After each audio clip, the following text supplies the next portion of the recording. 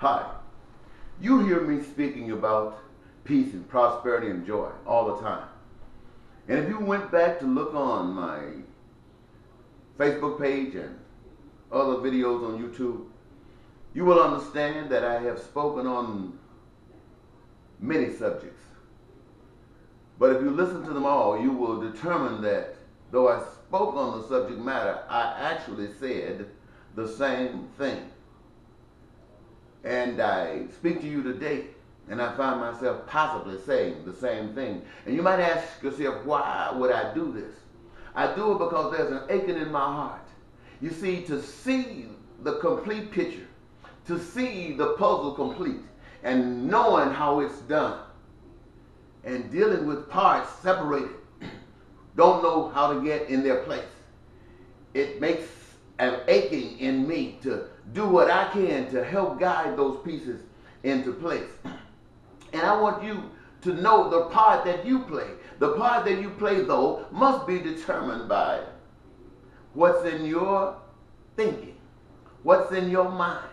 And your mind must have been renewed, because we all came here under complex situations. And we have all had a learning experience of selfishness. It doesn't matter what your selfishness is, or yours, or anyone's. We all got our selfishness. And that's where it all equals, in the same bag of selfishness. And to have a renewal of your mind is to grow up. Put off those childish ways, those first ways, and look at a bigger picture now, because you can see better.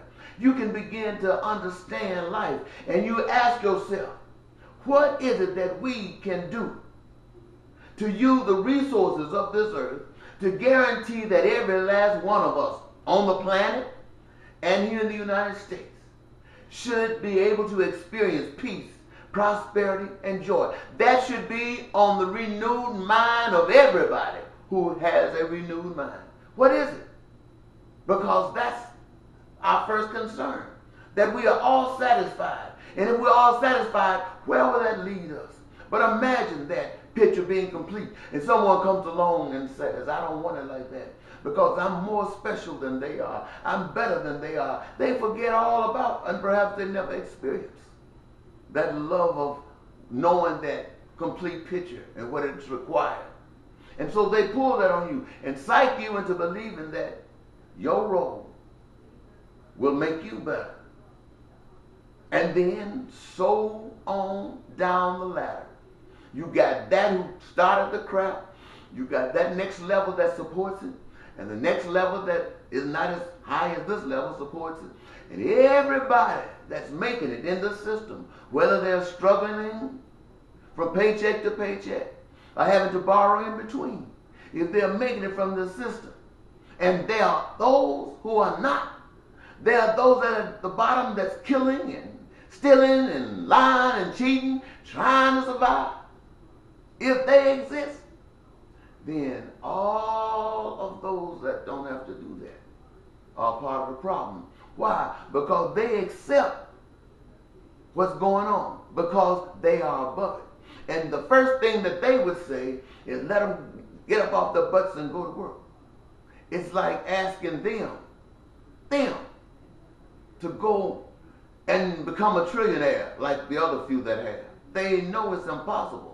And so for those at the bottom, with all that pressure of all the rest of those that are making it on their backs, what can you expect?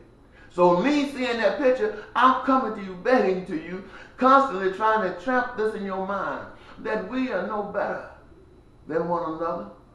We are all slaves to what we yield to. And we yield to some being left out. And when we yield to some being left out, that means we really are no good. But if our mind would change, we'd see that. And we'd endeavor to stand up and represent what's good. No more, you got it, and somebody else doesn't. No, it was given to us all. None of us brought anything, none of us take anything away. And under those circumstances, we can do no better than to guarantee to one another, myself, you, that our backs are protected, because the resources of the earth were given for us. And those who have matured have the mindset, they've seen the finished picture, and they walk according They don't fall back on the wayside. But there are those who haven't seen the finished picture. So that means you who have must be the evidence of it. You can't be switching over here one day, switching over here the next day. You got to always stand. Why? Because you are the representation of that for which you have seen. You are the representation of it. So somebody might not understand it. They might want to kill you. Be gracious. Be glad. Be glad to die for what's right. You will always be remembered when you stand up and die for what's right, kill for what's right. The Potter's Field is filled with people. The national cemeteries are filled with people who gave their lives for a cause they thought was great enough to give their lives for. And they will never be remembered beyond those who know them at the time of their death. When those who knew them are gone, then so are they. But you die for something that's good. You live forever. Bye-bye.